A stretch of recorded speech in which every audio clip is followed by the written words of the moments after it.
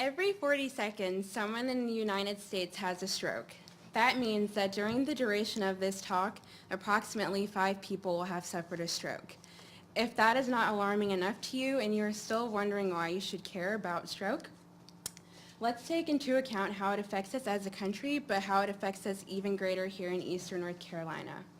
In addition to being the 5th leading cause of death nationwide, the stroke mortality rates are even higher in Eastern North Carolina when compared to national averages.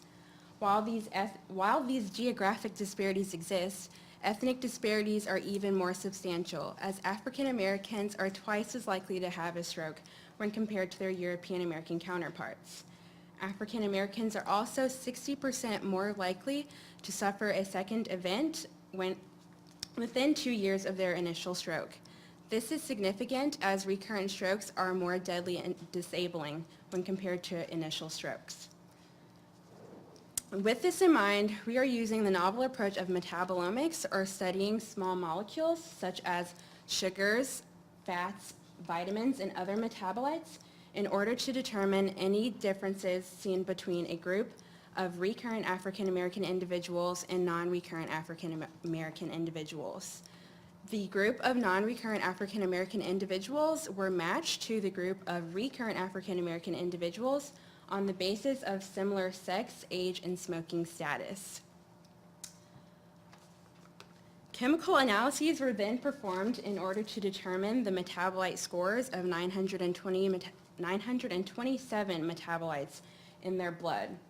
By looking at the differences between these values between the groups, as well as relating these values to other factors such as body mass index and blood pressure, all which influence one's risk for a stroke, we are hoping to determine or make clear whether the differences in these metabolite profiles influence one's stroke risk.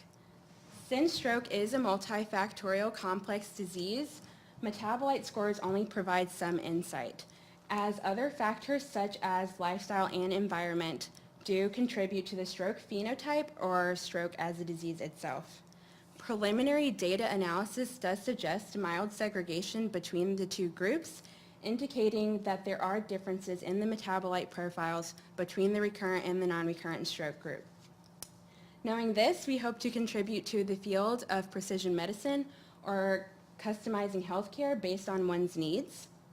This level of healthcare can be achieved by using metabolomics to identify specific metabolites or biomarkers that can be used for drug development, thus reducing the incidence of stroke and stroke recurrence.